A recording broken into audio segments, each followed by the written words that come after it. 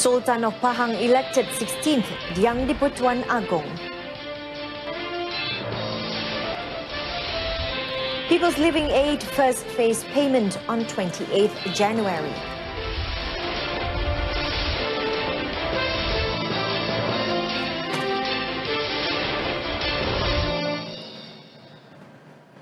Thanks for choosing the evening edition of News on 2. I'm Renee Fong.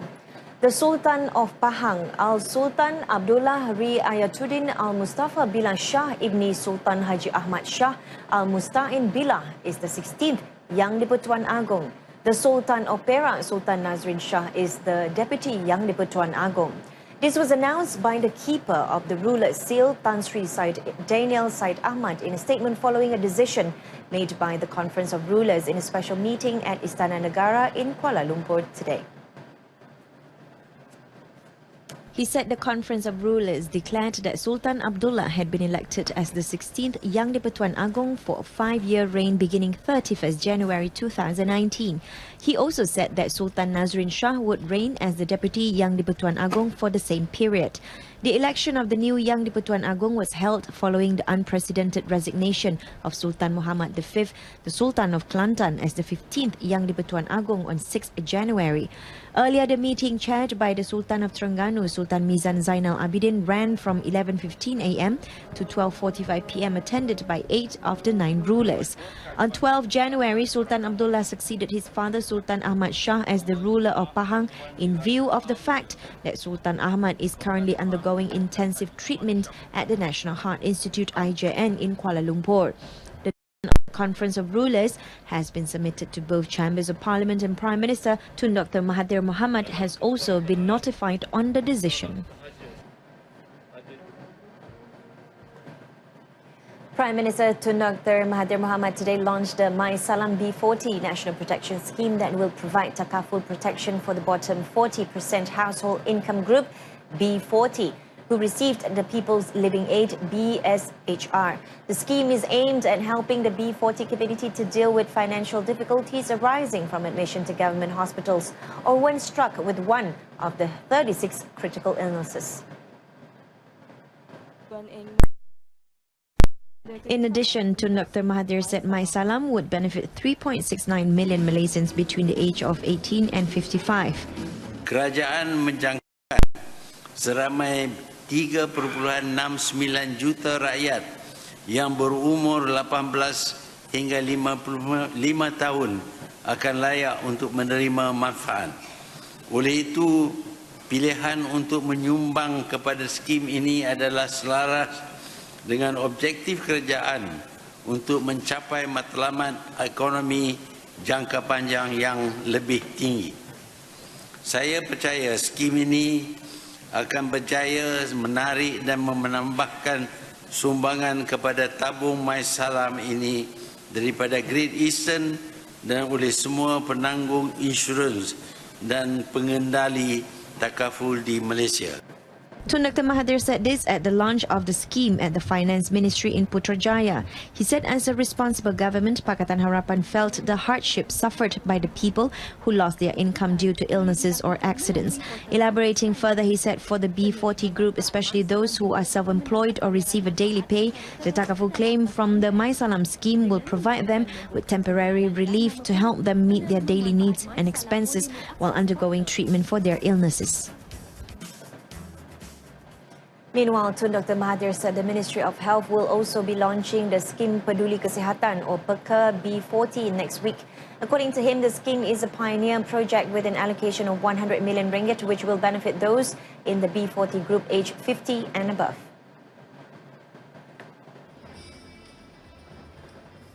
Di samping skim My Salam, inisiatif lain yang berkait rapat dan akan diperkenalkan oleh Kementerian Kesihatan ialah Skim Peduli Kesihatan ataupun PEKA B40. Skim PEKA B40 ini akan dilancarkan oleh Kementerian Kesihatan Malaysia pada minggu hadapan untuk golongan B40 berumur 50 tahun dan ke atas. Ianya adalah projek perintis dalam tahun 2019 dengan peruntukan sebanyak 100 juta ringgit.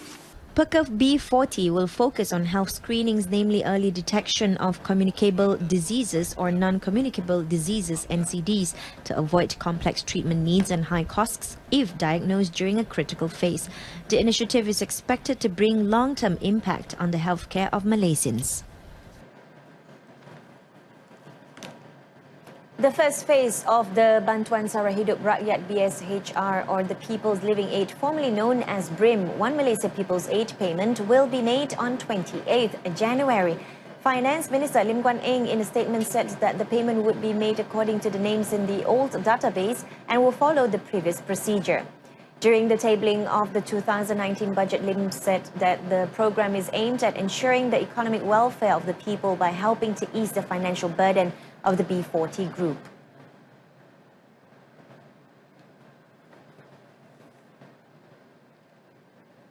Ia akan dibayar kepada 4.1 juta isi rumah daripada golongan B40. Pembayaran RM300 ini akan menelan perbelanjaan sebanyak 1.2 bilion ringgit. Dan ia adalah hasil daripada keputusan Kabinet dan juga Yang Amat Berhormat Perdana Menteri Tun Dr. Mahathir bin Mohamad yang amat prihatin tentang kos sara hidup golongan B40 dan telah mengarahkan bahawa pembayaran yang dibuat sungguh pun dia berdasarkan pengkalan data yang lama. The payment will be credited straight to the recipient's bank accounts. In order to make payments before February, the government has to use the old database that is likely to contain recipients who are ineligible for the aid.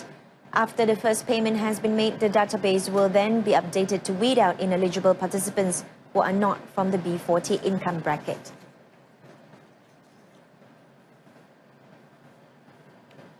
Finance Minister Lim Guan Eng has denied allegations that the Pakatan Harapan government has cancelled the road construction project which connects Post Betau to Post Lenjang at Cameron Highlands in Pahang.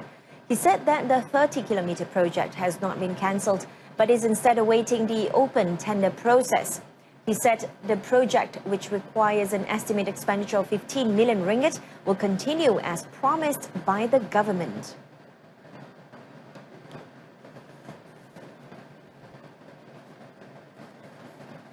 Saya ingin tegaskan bahawa projek yang memberikan kebajikan dan manfaat kepada rakyat akan diteruskan oleh Kerajaan Pakatan Harapan, tetapi berdasarkan prinsip cekap, accountable dan telus.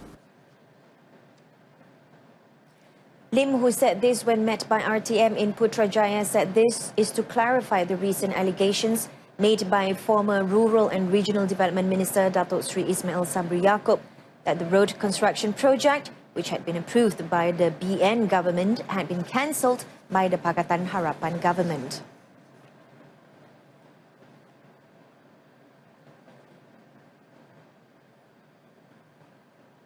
Defense lawyers in the murder trial of the North Korean leader's half-brother won a challenge today to get access to witness statements, but the prosecution appealed, signaling more delays in the long-running case. Siti Aisyah from Indonesia and Don T. Huong from Vietnam have been on trial since October 2017, accused of murdering Kim Jong-nam by smearing nerve agent VX on his face at Kuala Lumpur International Airport 2. The brazen assassination in February 2017 shocked the world, but the women have denied murder, saying they believed they were taking part in a prank and were tricked by North Korean agents. Proceedings in the trial of the women in their 20s have moved slowly due to the large numbers of witnesses and the fact that hearings are held infrequently. Aishah's case was temporarily halted late last year after her lawyers lodged an appeal to get access to some key witness statements, which prosecutors argue should not be made public. The 7 statements are from individuals including someone who drove Kim Jong-nam around in Malaysia and acquaintances of Aishah. The Court of Appeal in the administrative capital Putrajaya today ruled the statements should be given to the defense.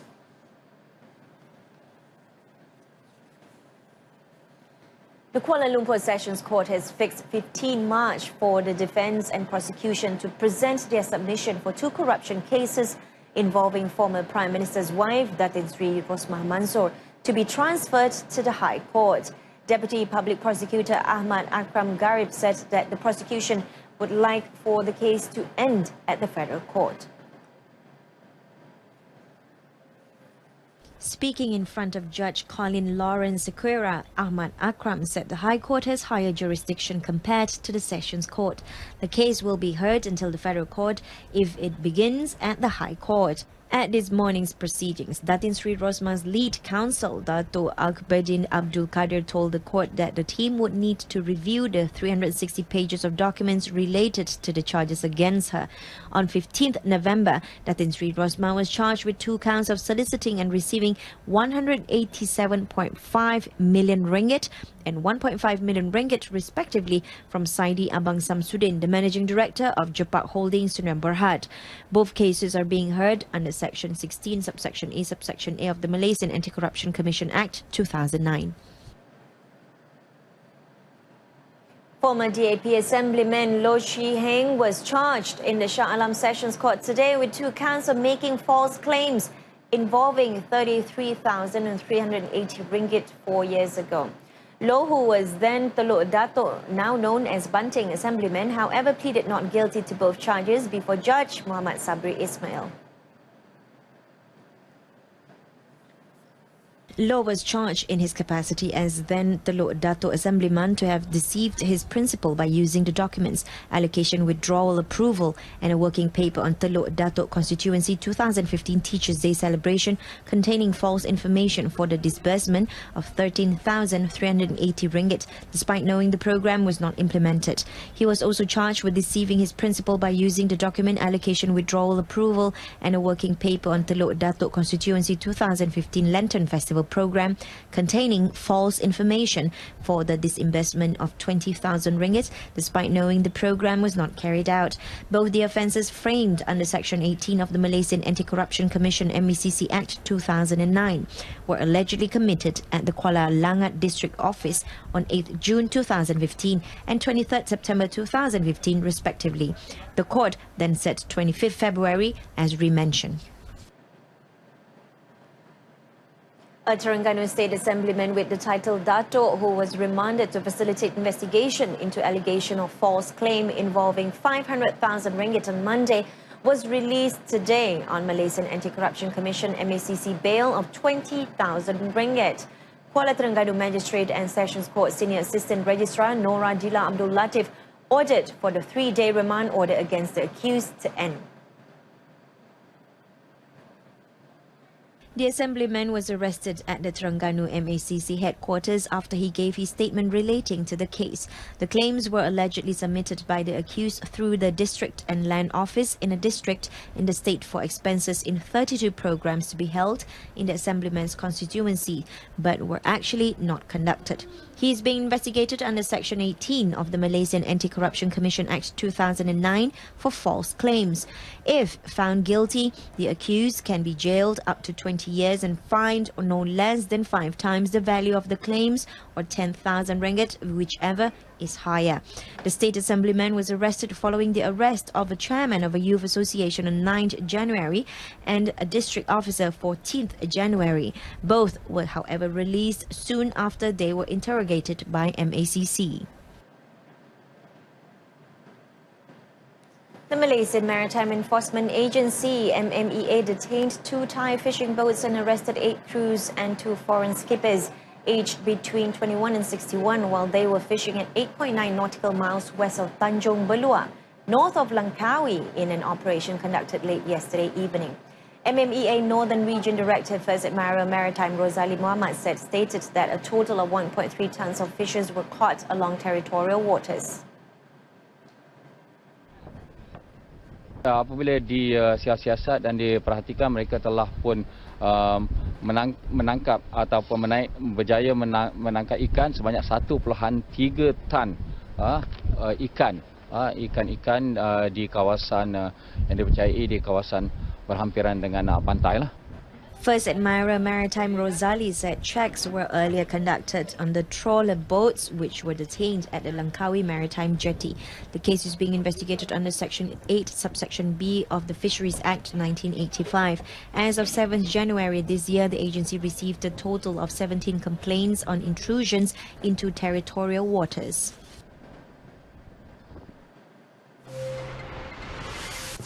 Several premises in Selangor, Melaka closed due to poor hygiene. Coming up in our business news. 9 food premises around Section 13 Shah Alam Selangor were ordered to temporarily close following inspections conducted by the Shah Alam City Council MBSA. Apart from these premises, a children's food premise was also ordered to close due to poor hygiene. Shah Alam Deputy Mayor Muhammad Rashidi Ruslan said the 2-week closure order was issued for cleanup works under Section 18, Subsection 1 of the Prevention and Control of Infectious Diseases Act 1988. Untuk rekod, pada tahun 2018, pihak MBSA telah mengadakan pemeriksaan di sebanyak 615 premis dan daripada jumlah ini 28 premis ditutup. Manakala bagi tahun 2019 sahaja sehingga 21 Januari 2019 sebanyak 68 premis telah diperiksa dan 3 premis telah ditutup. Dan hari ini 4 lah termasuk hari ini.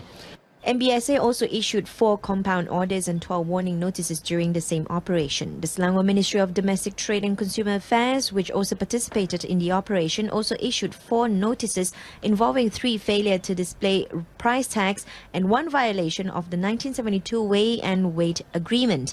This integrated operation is implemented continuously to ensure that every food premises in its administrative area are clean. Meanwhile, 9 food premises in Melaka were ordered to temporarily close due to poor hygiene. The 2-week closure was issued during the 2019 Chinese New Year operation held from 14th January until yesterday. State Health Department Environmental Health Chief Muhammad Rizwan Muhammad Sarif said among the offences were dirty food premises, unsanitary food preparation and other offences. He added that the closure was given for cleanup works to be conducted. A court action will be taken under Section 11 of the Food Act 1983 should the operators of these premises fail to adhere to the instruction. Tempoh kita tetapkan ialah 14 hari, tapi anda kata premis dapat dibersihkan mengikut semua arahan-arahan tindakan berbetulan yang telah kita arahkan, maka kita akan buat pemeriksaan semula. Anda kata kita bersuah hati, kita akan buka. Out of the 359 premises examined, 136 notices were issued with a fine of 30,300 ringgit under the Food Hygiene Regulations 2009. Muhammad Rizwan said that he is committed to conduct regular inspections at all food premises around the state to ensure that food hygiene is maintained. He said this at the Chinese New Year Ops conducted by the State Health Department at Cheng, Melaka. In the meantime, the State Health Department also seized 273 types of goods worth 5,408 ringgit 65 cents during the food and food monitoring operations at supermarkets and retail outlets over the same period. Malaysia Debt Ventures Berhad (MDV) has spent a total of 11.7 billion ringgit to finance 758 technology-based companies from 2002 to 2018. The financing allowed a total of 878 projects in various areas of technology, such as biotechnology, information and communications technology, and green technology to be implemented. Its chairman, Datuk Sri Lee Ka-chun, said since 16 years of its establishment, MDV has played a vital role in helping local companies get funding to implement high-impact technology projects. These projects have provided over 25,000 career opportunities and generated 21 billion ringgit in revenue. Datuk Sri Lee said most of the companies financed are small and medium enterprises (SMEs), which accounted for 78% of the total financing companies. Kita juga MDV akan menumpukan perhatian untuk membangunkan keupayaan syarikat-syarikat kecil sederhana tempatan, dalam segi teknologi.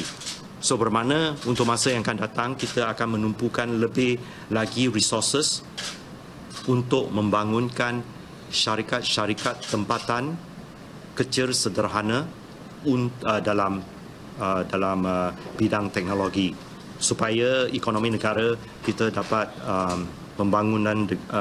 dibangunkan dengan lebih pesat lah.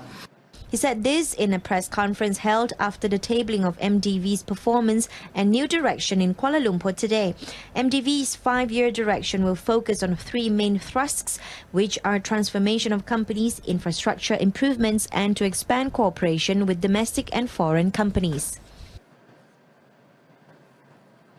The Ministry of International Trade and Industry, MITI, will increase the number of Automotive Business Development Committee ABDC meetings to twice a month from the current monthly meeting.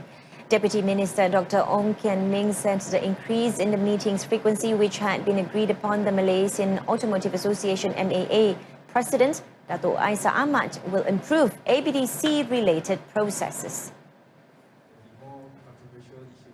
Dr. Ong said the dates of the meetings have been decided and will be shared with MAA members to reduce the turnaround time of applications processing. We estimate about 2 days before a letter is sent to MOF on the decision of the ABDC. For the customized incentives, that one is a little bit more complicated because of the higher than normal excise duty exemption. The Cost and Benefit Analysis CBA for Energy Efficient Vehicles EEV customized incentives applications will also be reviewed to ensure a fair evaluation process. Dr. Ong said this at a press briefing today. ABDC was established in 2006 to facilitate collective decision-making process in determining the amount of incentives to be given to an automobile company. And that concludes this evening's News on 2. In our top story, Sultan of Pahang elected 16th Yang di-Pertuan Agong. Join us again at 12:30 tomorrow afternoon. I'm Renee Fong. Thanks for watching and have a pleasant evening.